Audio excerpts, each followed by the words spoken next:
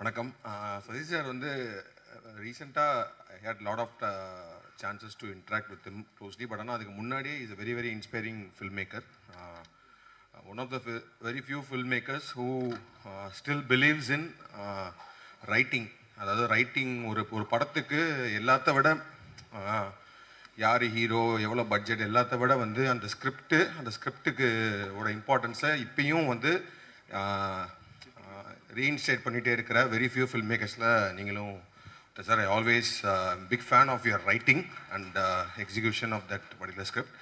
இந்த படமும் 100% வந்து அந்த கதையும் அந்த அவரோட ரைட்டிங் மட்டுமே நம்பி எடுக்கப்பட்ட ஒரு படம் தான் நினைக்கிறேன். அந்த படம் பார்த்தா எனக்கு ரொம்ப ரொம்ப பிடிச்சிருந்துச்சு. And I think this film also got a right producer, Vijay Antony sir. As a producer, you're also very inspiring sir. Choosing the right scripts. அவர் சூஸ் பண்ணி நடிச்சிட்டு இருக்க படங்களுமே வந்து ரொம்ப நல்லா இருக்கு. அந்த வகையில் இந்த படம் ரொம்ப வந்து ஒரு சென்சிட்டிவான ஒரு காம்ப்ளெக்ஸான ஒரு சின்ன ஒரு எமோஷன் இது. அதை வந்து ரொம்ப சூப்பராக டீல் பண்ணியிருந்தாங்க.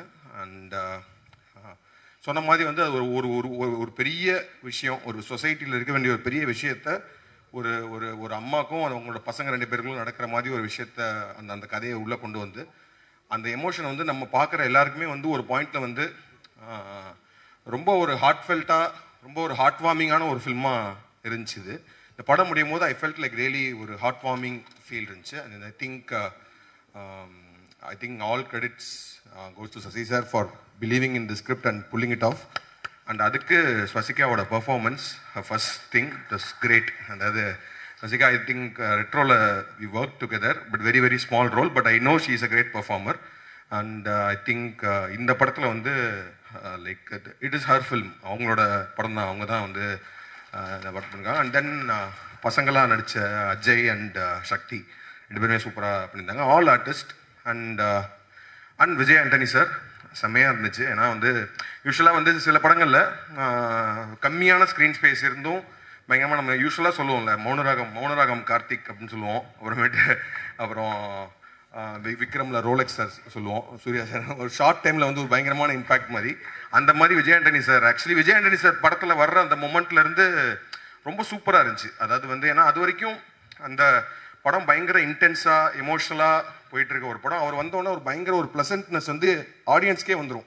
ஸோ அந்த ப்ளசன்ட்னஸ் வரும்போது நம்ம பேசிக்கலி அந்த ஏன் அந்த ப்ளசன்ட்னஸ் வருதுன்னா, அப்படிப்பட்ட ஒரு ஆள் வந்து இவ்வளோ நேரம் நம்ம பார்த்துட்டு வந்த அந்த அவங்க சுவாசிக்கா பண்ண அந்த கேரக்டருக்கு அவங்க 2 பேரும் மீட் பண்ண போகிறாங்கன்றது நம்மளுக்கு ரொம்ப ஹாப்பியாக இருக்குது. That is because we all were so attach to that characters. அந்த கேரக்டரை கோ த்ரூ பண்ணுறது I think it's all because of your writing sir.